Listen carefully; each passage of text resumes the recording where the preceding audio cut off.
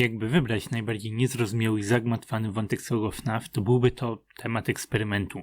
Samo FNAF 4 to czarna magia, a opowiada właśnie o eksperymencie. Mówię to już wiele razy, samo słowo może przerażać, pomyślisz, dla mnie to za dużo, na pewno tego nie zrozumiem, ale nie taki eksperyment straszny. To prawda, że od lat nie wyjaśniliśmy tego wątku, ale właśnie dlatego powinniśmy omówić go na spokojnie.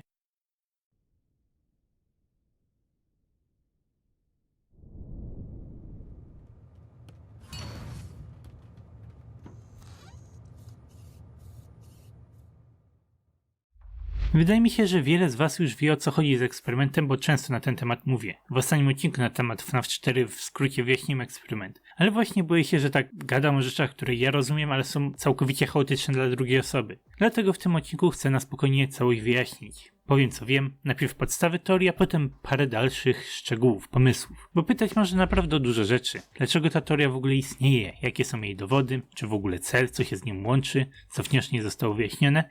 Jak zawsze to też jest w temacie FNAF 4. Nie mam własnej teorii, nie znam pełnej odpowiedzi na eksperyment. Wyjaśnię kontekst, żeby ten temat był łatwiejszy do zrozumienia, a potem rozgrzebię co tam jeszcze bardziej mogę. Istnieje wiele niewyjaśnionych wątków dookoła FNAF 4, np. ręki dzieciaka, czy dziewczynka z kucykami i można się nad tymi rzeczami zastanowić. Zapraszam do napisania swoich przemyśleń w komentarzu, bo skoro temat zostaje nierozwiązany od tylu lat, to każda świeża opinia i każde nowe spojrzenie na grę może nam trochę pomóc.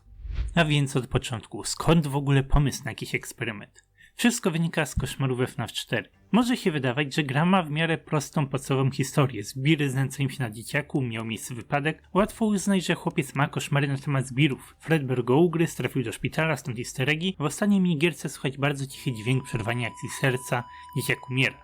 Historia jest prosta i ma swoje znaczenie. Opowiada o cierpieniu, o śmierci chłopca, który najpewniej ma swoją rolę jako duch później. Ma to sens.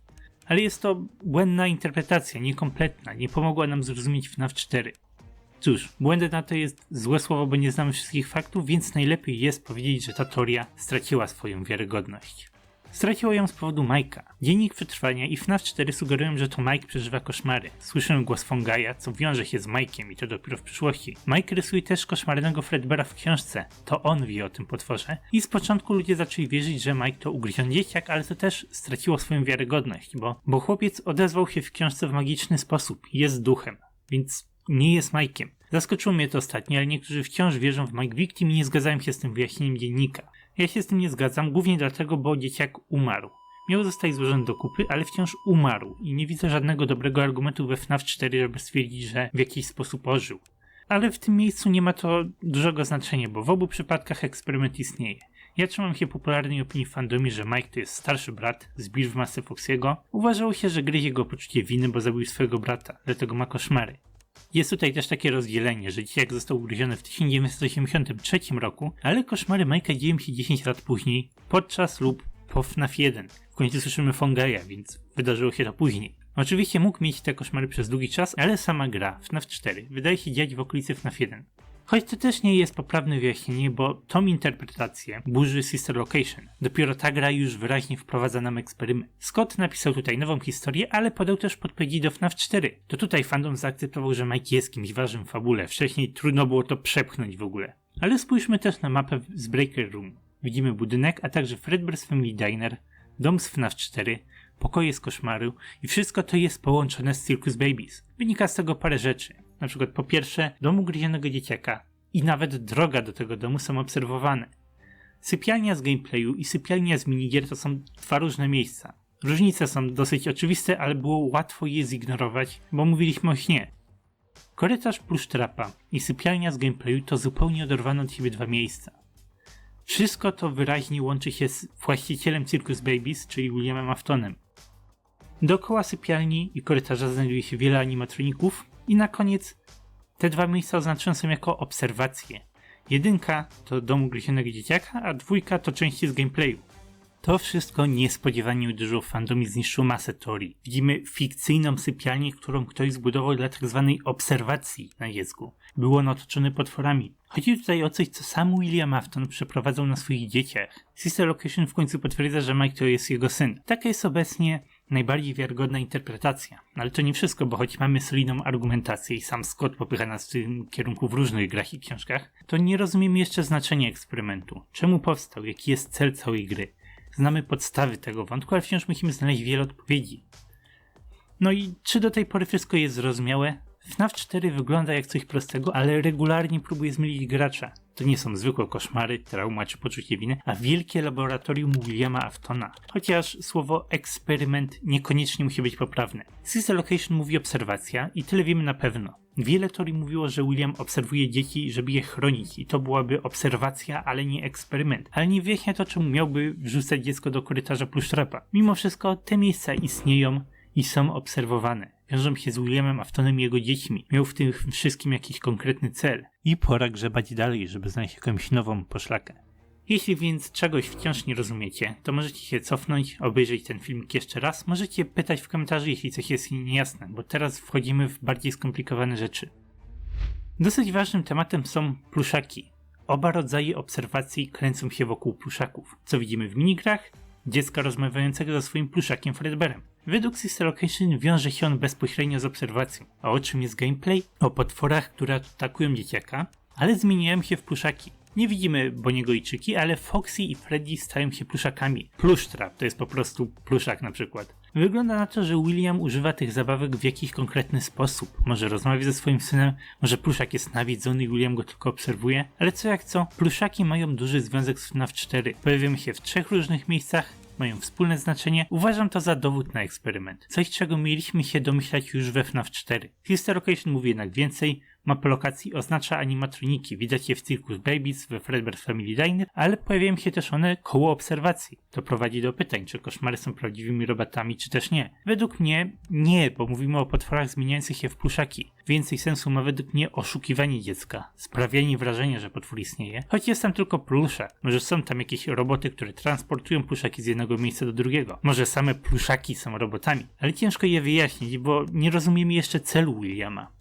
Jaki może być w ogóle cel tej obserwacji? Powinniśmy znaleźć element wspólny między minigrami a koszmarami. Są to dwie różne obserwacje, ale cel powinien być ten sam. Czego William szuka? Czym się zafascynował? Może FNAF 4 ujawnia jego motywację zabójstw? Sam nie zgadzam się z tym, żeby tą motywacją była śmierć jego dzieci, ale może to, co popycha go do zabójstw, jest wyjaśnione w tym, co robi własnym dzieciom. Trzeba to tylko porządnie wyjaśnić. Fazbear Frights na przykład skupia się na negatywnych emocjach, przedmioty nasiąkają agonią i najwyraźniej łączy je to z nawiedzeniami. Gdyby to udowodnić, to William mógł produkować tutaj cierpienie dla własnych celów. Obie te sytuacje prowadzą do przerażonych dzieci, przerażonych tym, co się dzieje dookoła nich, albo potworami, albo Fredbearem. Obserwacja Williama skupia się na iluzjach. Pewnie słyszeliście o dyskach z książek, które dźwiękiem oszukują twoje zmysły, przez co wyobrażasz sobie potwory.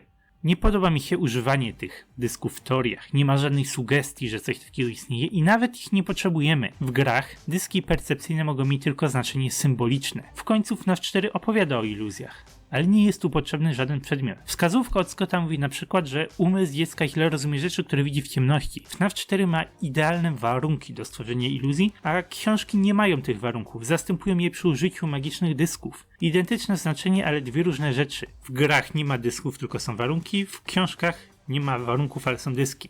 A samo tworzenie iluzji wynikające z ciemności, z dziecięcej wyobraźni można łatwo podpiąć pod całą obserwację. Mam tutaj i iluzje, i emocje. Ale no, ostatnio na filmie o jednej historii 4 gier mówiłem, że historia może opowiadać o Williamie, może opowiadać o jego zbrodniach i wtedy eksperyment byłby jedną z jego zbrodni. Łączy się z zabójstwami, rozwija postać zabójcy. Ma to sens, ale jak mówię, trzeba to jeszcze udowodnić. Skoro już o tym mówimy, to jest to trochę dziwne, że pluszowy Fredbear jest dla nas przyjazny. Inne pluszaki to potwory, a Fredbear z jakiegoś powodu wspiera swojego dzieciaka. Jest związany z niewyjaśnioną traumą chłopca, który boi się Fredbears.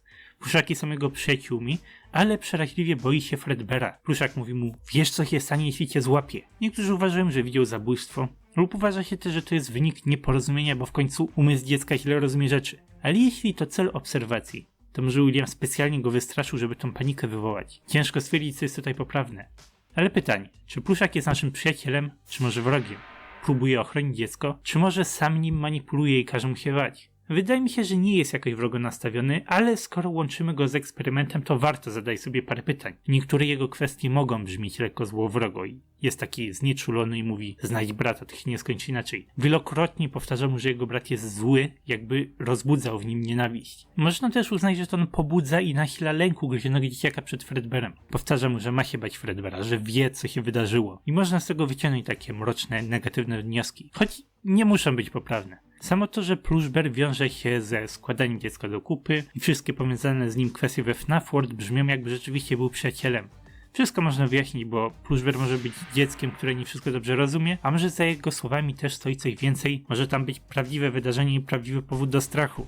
Może to działać w obie strony, tylko jak już powtórzyłem wielokrotnie podczas tego odcinka, trzeba tu udowodnić. Rozgrzebuję trochę ten temat, żeby stworzyć jakieś możliwości, żebyśmy wszyscy razem zastanowili się nad tymi wątkami z czwórki. No i na drodze do prawdziwego znaczenia FNAF 4 obecnie stoimy właśnie na obserwacji. Jak mówiłem w innych odcinkach, według mnie FNAF 4 trzeba rozwiązywać krok po kroku, bo złe odpowiedzi brzmią realistycznie, ale są błędne i zatrzymują nas w miejscu. Już podczas FNAF 4 mogliśmy zacząć rozmawiać o eksperymencie, ale musieliśmy dokopać się do paru rzeczy.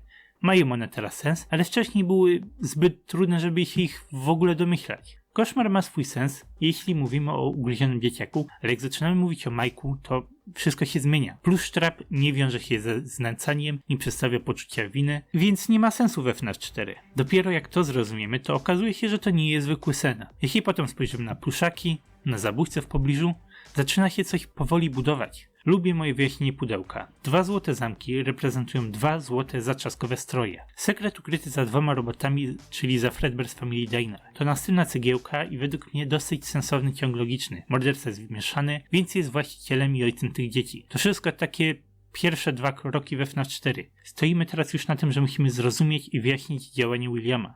Dzisiaj mówimy o pluszakach, Plushbearze, motywacji Williama, tych negatywnych emocjach, ale jest dużo innych informacji dookoła. Czym jest to, co chłopiec zobaczył, czego się boi, czemu się boi Fredbeara? O co chodzi też z dziewczynką z kucykami? Ma bardzo podobny kolor dialogu do Plushbeara, a w ostatniej minigierce to ona mówi. Oczywiście mogła to być jakaś po prostu pomyłka Scotta. On sam nigdy tego nie skomentował, nigdy nie poprawił. A może głowy Plushbeara porozrzucane po okolicy mają głębszy sens? Niektórzy widzą w tych ducha, inni widzą w tym poukrywane kamery? A może figurka Toychiki jest ważniejsza niż myślimy? Scott zapytał nas, czemu straciła swój dziób, co ją łączy z Toychiką. Według mnie to właśnie dlatego roboty nazywają się toje, zabawki i w pytaniu chodziło o linię czasową i rok trwania FNAF 4. Ale może nie o to chodzi.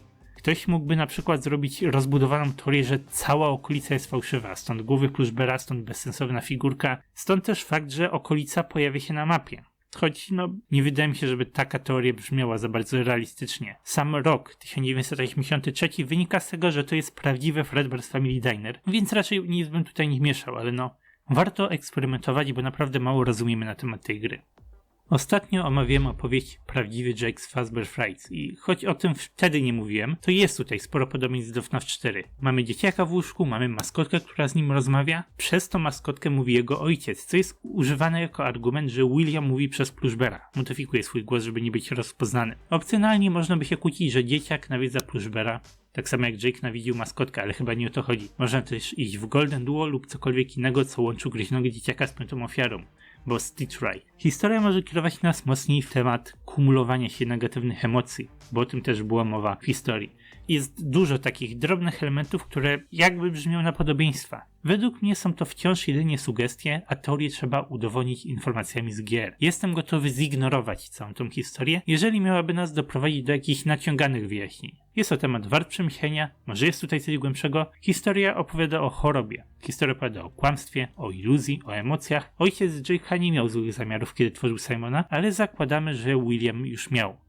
Na koniec powiem tak. Teoria eksperymentu robi sens. Po wyjściu z Sister Location przez jakiś czas rzeczywiście myślałem, że to była zmiana fabularna. Scott sam przyznał, że zawartość pudełka się zmieniła. Myślałem, że istnieje stara i nowa wersja fabuły FNAF 4. Dużo się od tego czasu zmieniło.